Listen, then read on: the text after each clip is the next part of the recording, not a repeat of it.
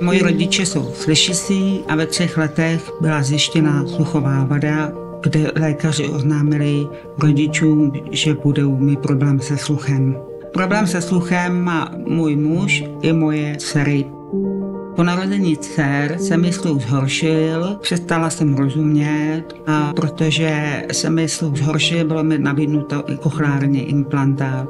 Jako kandidát jsem se toho obávala jsem se operace, ale dcera starší Aneta, která to má těch 2 let, mě přesvědčila o tom, že vlastně to pomáhá, funguje ten cochlární implantát, tak jsem se rozhodla, že vlastně do toho půjdu, že nemám co ztratit.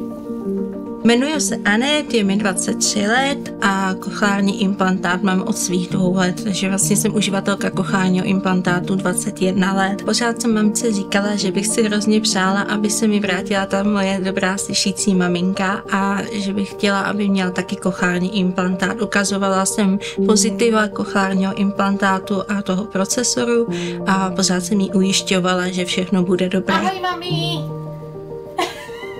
Jak jsem byla inspirací pro mamku, tak si myslím, že takhle stejně jsme s mamkou byli inspirací pro našeho tátu.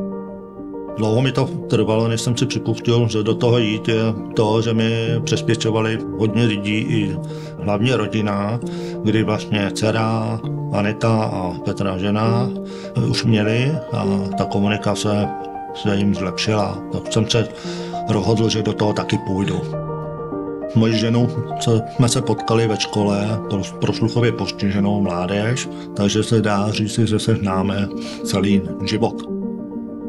Od té doby, co mám to Kanzo, tak tam poznávám hodně zvuků nových, které sluchadla nestačily, jako další druhy ptáků třeba, nebo spustění papíru, který jsem předtím neslyšel.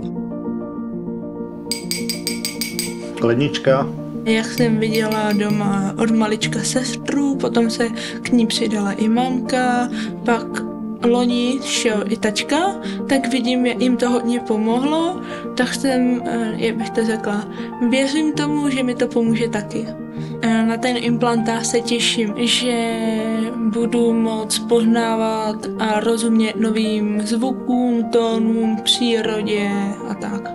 Je pro mě vždycky zázrak, když si s lidmi můžu popovídat i přes genetickou nepřízeň. Jsem potěšená jako matka, že vlastně máme rodinu, která tráví společné chvíle a žijeme si plnohodnotným životem. A třeba i vzájemně si pomoci.